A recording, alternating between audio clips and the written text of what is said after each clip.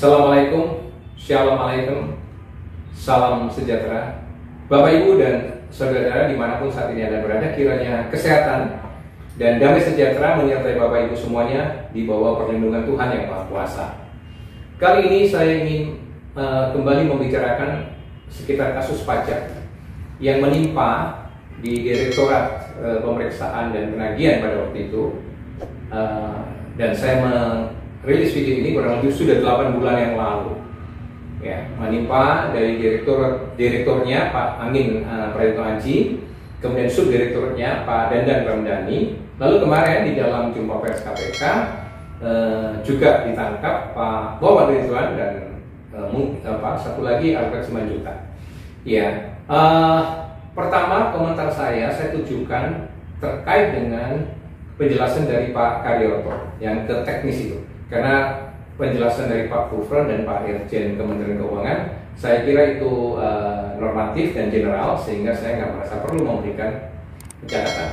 Tetapi apa yang disampaikan oleh Pak Karyoto itu karena menyangkut teknis, ini untuk edukasi publik, saya merasa perlu memberikan komentar. Pertama, Pak Karyoto mengatakan bahwa soal sistem perpajakan di Indonesia itu sulit. Komentar saya adalah ada benarnya, tapi juga ada tidaknya. Ya, benar kalau bagi orang awam, tidak kalau bagi orang-orang yang sudah belajar pajak. Gitu. Karena soal perpajakan ini semua sudah diatur oleh undang-undang. Ya. Nah, lalu ada pertanyaan wartawan, bagaimana dengan keterlibatan dari para korporasinya, badan-badan usahanya? Apakah sudah juga tersangkakan dan ditahan, gitu ya kira-kira. Nah, maka penjelasan Pak Karyoto pada waktu kemarin itu mengatakan itu yang masih mau ditelisik atau masih dipelajari lebih jauh. Nah, saya terus terang mohon maaf yang sebesar-besarnya agak terasa ganjil dengan penjelasan itu. Ya. Maka komentar saya di dalam konteks ini, saya tidak bermaksud menggurui, tetapi bermaksud mempertanyakan.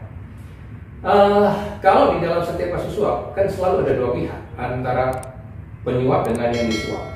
Nah, kalau kemudian penyuapnya ini diandaikan hanya berhenti pada konsultan pajaknya, terus terang buat saya merasa agak kurang logis dan kurang fair dan kurang adil gitu. Saya kurang percaya bahwa inisiasi dan sponsor atau uang yang dipakai itu murni dari konsultan pajak, kecuali mereka mungkin mau pasang badan gitu ya. Sebab pertanyaan sederhananya begini, berapa sih fee yang dibayarkan kepada konsultan pajak atau yang diterima konsultan pajak sehingga dia bisa melakukan penyuapan yang jumlahnya puluhan miliar gitu, yang konon mencapai kurang lebih 50 miliar gitu. Ya. Nah, itu pertanyaan sederhananya. Jadi saya merasa kalau itu hanya berhenti, penyuapnya itu teridentifikasi hanya berhenti kepada konsultan pajaknya, buat saya agak kurang logis, agak kurang fair. Ya, ini dibutuhkan keterbukaan, ketransparan informasi. Karena untuk mendapatkan termasuk aktor intelektualisnya, menurut hemat saya tidak terlalu sulit gitu. Karena di dalam perusahaan-perusahaan itu selalu diwajibkan dalam undang-undang pajak mewajibkan memakai sistem pembukuan. Dan pada umumnya pembukuan itu bahkan oleh akuntan publik ya, dibuat laporan keuangan oleh akuntan publik. Saya tidak mau terlalu jauh masuk ke teknis, tetapi satu saja produk dari laporan keuangan itu namanya adalah laporan laba rugi. Nah, di situ pasti tercermin ya tentang pengeluaran atau beban ya atau biaya. Berapa sih yang dibayarkan kepada konsultan pajak? Itu pasti tercermin di situ. Apalagi kalau itu audited, sehingga bisa dicek gitu. Berapa fee untuk konsultan pajak di dalam pembukuan itu? Apakah memang murni puluhan miliar itu murni untuk fee? Ataukah di situ ada penjelasan yang lain? Nah, pasti kan KPK sudah memanggil gitu akuntan publik yang mengaudit, yang menerbitkan laporan keuangan itu, ya. Dan akuntan publik saya tahu persis bahwa pasti dia akan mengatakan data itu yang bertanggung jawab adalah manajemen gitu. karena dia hanya membuat laporan apakah laporan keuangan yang dibuat oleh manajemen itu sudah sesuai dengan standar akuntansi atau tidak, hanya itu aja. Ya, tetapi bahwa data-data penghasilan, pendapatan perusahaan dan beban-beban atau biaya-biaya itu pasti di-refer kepada manajemen tanggung jawabnya. Nah, di situ kan sudah bisa dicek gitu. Apakah benar jumlah miliaran itu murni untuk fee konsultan? Ya. Nah, atau itu pasti dari pihak ada keterlibatan dari perusahaannya itu sendiri. Di situ kan ada struktur, baik dari mulai direkturnya sampai direktur keuangan, direktur akuntansinya, mungkin ada manajer pajak, dan pasti dengan mudah itu bisa di-tracing. Ya, bisa di-tracing. Kalaupun di situ ada hal yang ganjil, misalnya begitu besar, puluhan miliar hanya untuk fee konsultan, kan bisa dilakukan studi perbandingan. Gitu. Ya, apakah wajar, apakah layak angka sebesar itu untuk konsultan fee? Ya, bahkan bisa dibandingkan misalnya dengan perusahaan-perusahaan konsultan yang di papan atas atau bahkan yang the big four, the big five itu. Ya, masuk akal nggak fee segitu? Kalau tidak, maka dana yang puluhan miliar itu untuk apa? Ya, jadi saya merasa bahwa ini harus dibuka gitu seterang-terangnya untuk memenuhi prinsip keadilan dan fairness. Ya, jangan ada yang di cover up gitu, yang ditutup. Ya, karena ini sudah sekian bulan penyidikannya. Gitu. Demikian juga di sisinya pemeriksa pajak. Ini kalau Pak Karyo kemarin memberikan contoh GT atau yang dimaksudkan dengan Gayus Tambuna, itu kasus yang sudah terbuka, yang sudah jelas. Itu juga kan ada ketidakmasukakalan kalau hanya berhenti di dia. Pengambil keputusannya itu tidak mungkin hanya di Gayus yang pada waktu itu levelnya masih di 3A, level clearer gitu pekerjaannya, lalu bisa memberikan pengurangan pajak, pasti ada pengambil keputusannya. Nah, kali ini kan sudah benar gitu. Ya, saya mencatat bahwa kemarin diungkapkan dengan jelas bahwa terungkapnya kasus ini karena peranan Kitsda gitu. Ya, Kitsda itu lembaga di bawah DJP yang fungsinya untuk mengawasi aparatur pajaknya. Ya, itu mereka sendiri yang mengungkapkan. Ya, mungkin ini adalah suatu bentuk sistem whistleblower dan sistem good government yang diterapkan oleh Kementerian Keuangan, dan itu kita memberikan apresiasi. Nah, maka mulai dari direktur tuh yang terkena, lalu subdirektoratnya, ya, lalu sekarang supervisornya, lalu pemeriksa. Nah, ini pun saya melihat saya tidak percaya bekerja sendiri. Pasti itu tim, unit, ya, tim, tidak mungkin.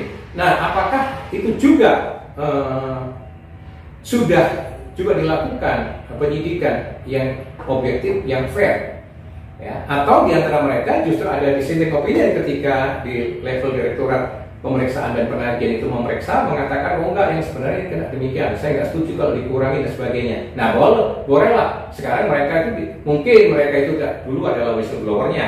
Nah, kalau sekarang pun ikut diperiksa, sekarang menjadi mereka justice collaborator, boleh. Tetapi kalau tidak ada itu, berarti sebenarnya tidak masuk akal juga kalau cuma direkturnya, subdirekturnya, supervisornya, lalu kepala unitnya gitu, cuman hanya itu yang ditetapkan sebagai tersangka. Saya melihat ini pasti adalah berjamaah, kolektif itu pemeriksaannya, ya, tidak mungkin hanya dilakukan orang per orang, apalagi pemeriksaan kepada perusahaan-perusahaan yang demikian besar, gitu, ya. Ada John Lynn, ada GMP, ada Penny Bank, ya. Nah, itu catatan saya yang pertama, gitu. Jadi bagaimana mungkin sudah sekian bulan, ya, kurang lebih 8 atau 9 bulan yang lalu, tetapi juga masih belum gambarnya belum cukup jelas, gitu. Ya, itu yang saya kritik terus terang. Gambaran kasus ini janganlah dibikin seakan-akan sedemikian sulit. Ya, saya percaya pasti ada kesulitannya, tetapi saya juga tidak percaya kalau dikatakan terlalu sulit. Ya, harus dibuka, gitu. Apalagi di situ, di salah satu perusahaan ini kan ada unsur di mana dulu yang bersangkutan adalah masuk tim suksesnya Presiden Pak Jokowi. Jadi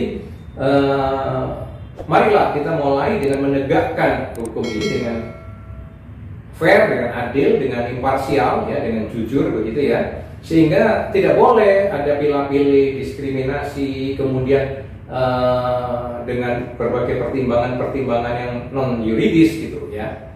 Mari kita menegakkan hukum ini dengan fair. Sehingga saya mengharapkan bahwa siapapun yang masuk di sini, apakah ini konsultan pajaknya, kemudian kliennya, prinsipalnya, lalu pemeriksaannya, ini dibuka semua, dibongkar. Ya. Sehingga dengan demikian penegakan hukum ini benar-benar memenuhi prinsip-prinsip fairness-nya, keadilannya, imparsialnya. Ya. Di sisi yang lain, tentu kita sekali lagi memberikan apresiasi gitu kepada Kementerian Keuangan, karena kemarin diungkapkan dengan jelas bahwa inisiasi pembongkaran kasus ini dilakukan justru dari lingkungan intern DJP, ya. Oleh semacam lembaganya yang disebut Kidsday. Jadi itu lembaga khusus pengawasan. Kenapa seperti ini ya?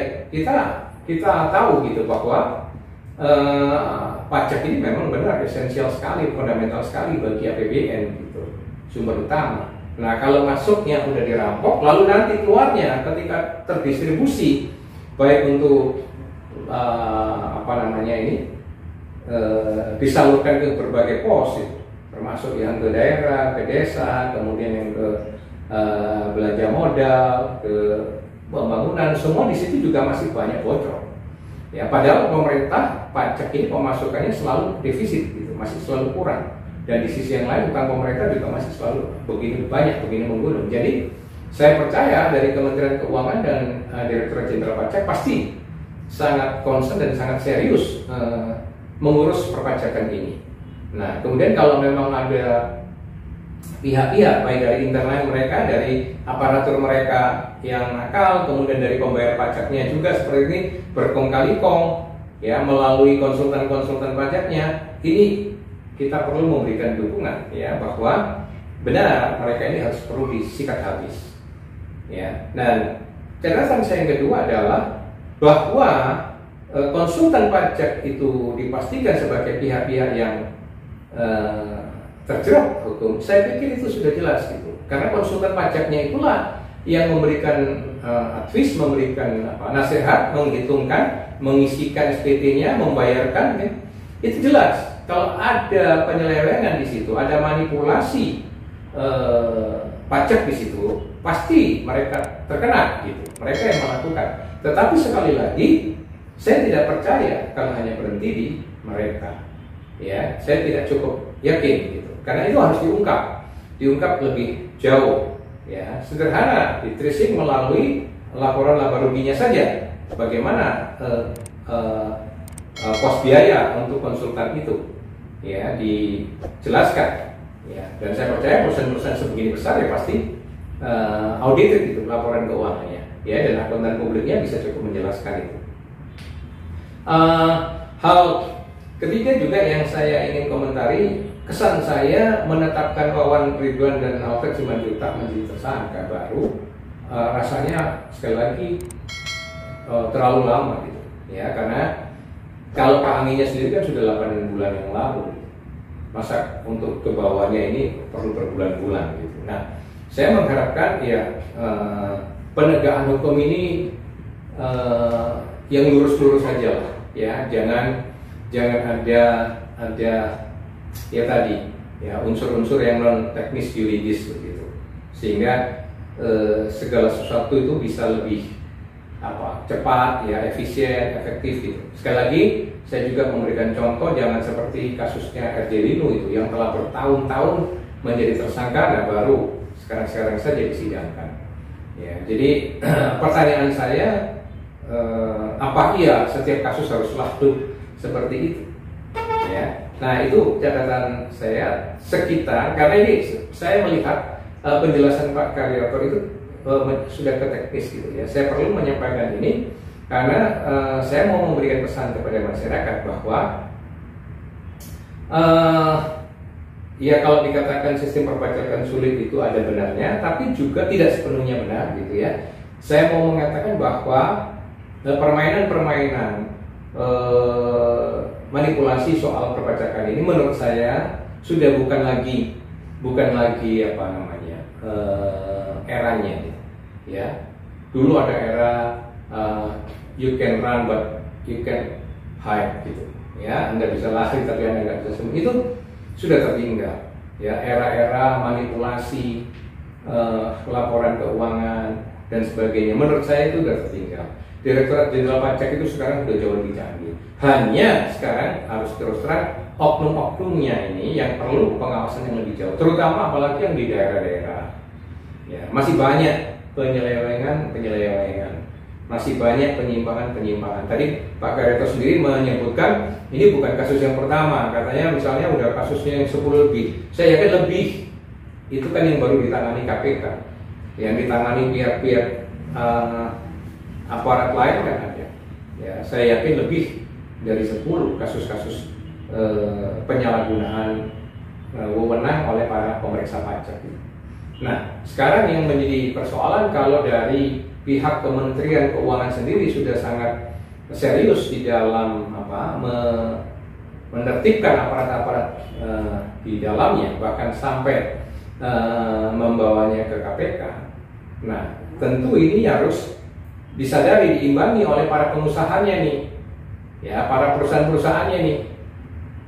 Ingat, jangan terus mencoba seperti tadi saya bilang, bermain-main dengan pendekatan ingin mengurangi pajak dengan cara-cara yang sangat, ya mohon maaf ya, sangat kasar gitu, dengan manipulasi laporan keuangan, ya. Dengan saya pikir metode itu, teknik-teknik semacam itu sudah tidak terlalu sulit lagi untuk dibongkar, ya, tidak terlalu sulit lagi untuk diungkap.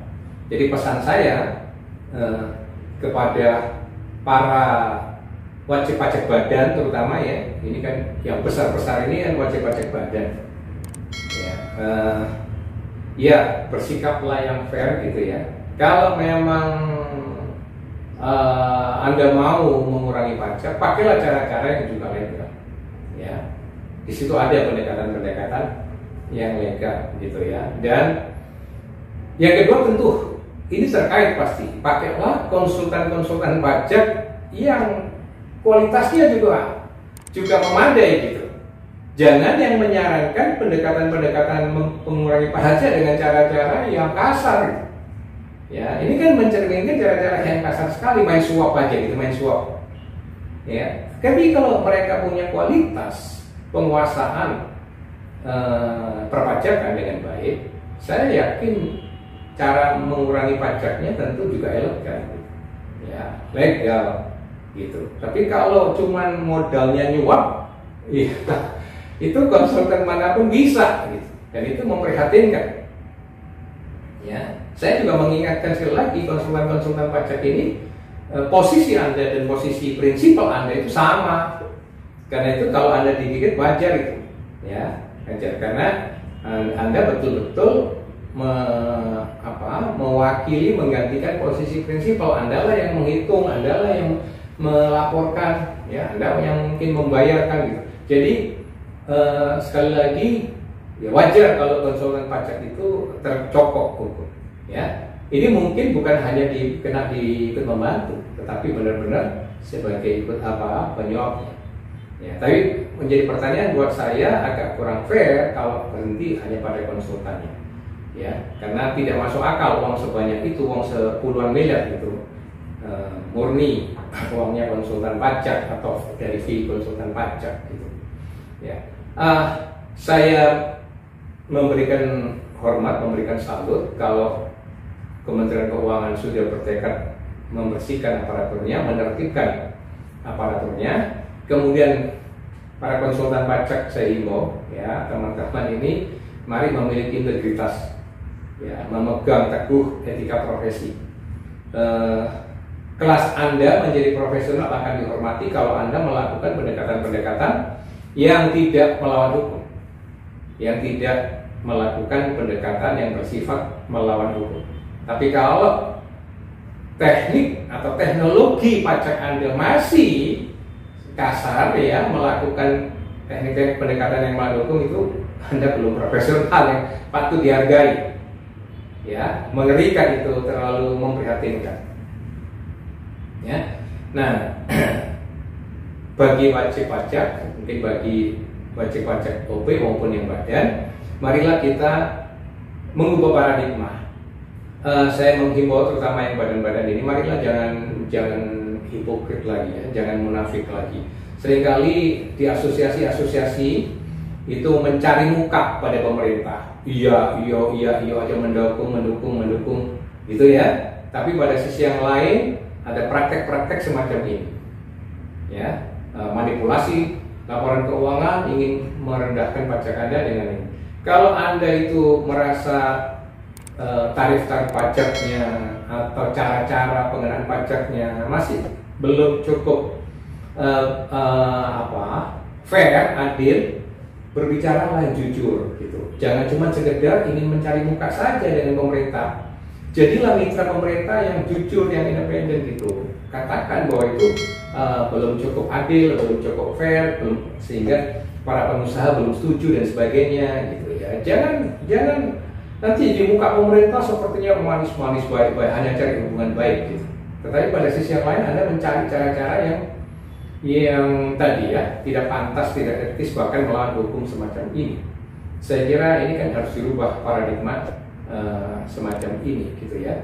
Nah, sehingga dengan demikian kita tahu bahwa di satu sisi kita semua yang memang sudah memenuhi syarat formil dan material, mari kita menjalankan kewajiban perpajakan kita sesuai dengan undang-undang ya.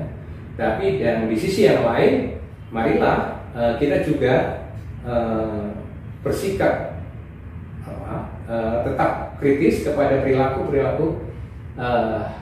pemeriksaan ya.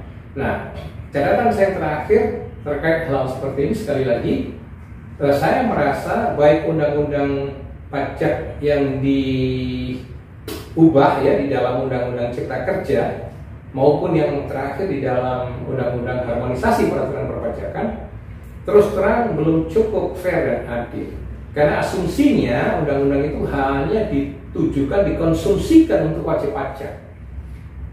Kewajiban-kewajiban pajaknya di situ diatur dengan detail. Kewajiban-kewajiban bagi wajib pajak. Sanksi-sanksinya diatur, ancaman sanksinya diatur. Ya, sekarang tarif PPh-nya pun dinaikkan. Yang income-nya 5 miliar ke atas itu udah kena 35 miliar, 35%.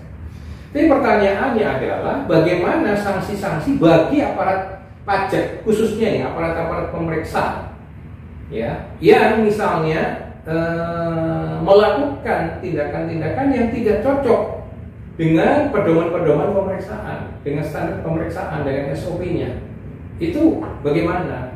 Ya, sanksi-sanksinya secara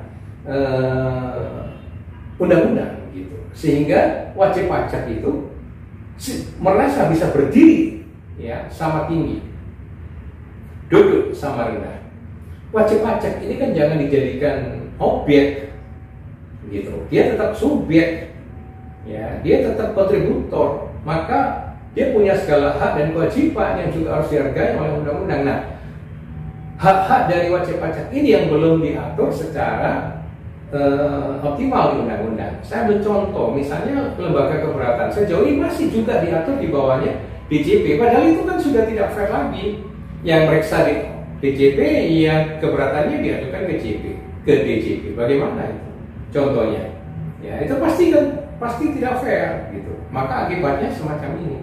Nah, cobalah lembaga keberatan itu harusnya di luar DJP, independen. Bahkan bila perlu sudah dijadikan proses pengadilan pajak di tingkat awal, misalnya begitu. Ya, itu contohnya. Juga menyangkut kalau banding itu ya. Kok masih dengan ancaman kalau kalah dengan 100%? Itu kan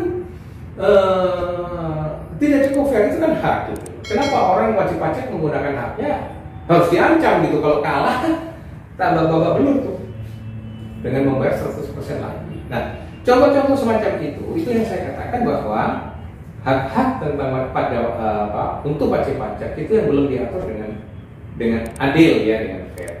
Nah, semoga pemerintah terus membenahi ini perbaikan-perbaikan atau reformasi perpajakan, dan juga pengadilan pajak gitu. Sejauh ini kan masih punya dua tuan di bawah Menteri Keuangan. Mestinya kan tidak ada pengadilan, ya namanya pengadilan di bawah kekuasaannya yudikatif. Udah harus masuk ke Mahkamah Agung. Entah Mahkamah Agung itu siap atau tidak, ya harus siap. Tentang nomenklaturnya, pembiayaannya yang harus bisa diadakan karena itu pengadilan. Kan gitu kan, tidak masuk akal masih di bawah Menteri Keuangan misalnya. Gitu ya. Nah, itu beberapa yang saya melihatnya bahwa reformasi perpajakan masih belum cukup optimal gitu ya. Untuk melaksanakan sistem perpajakan yang fair, adil, ya, dan imparsial. Demikian catatan saya dan komentar saya, dan salam sehat.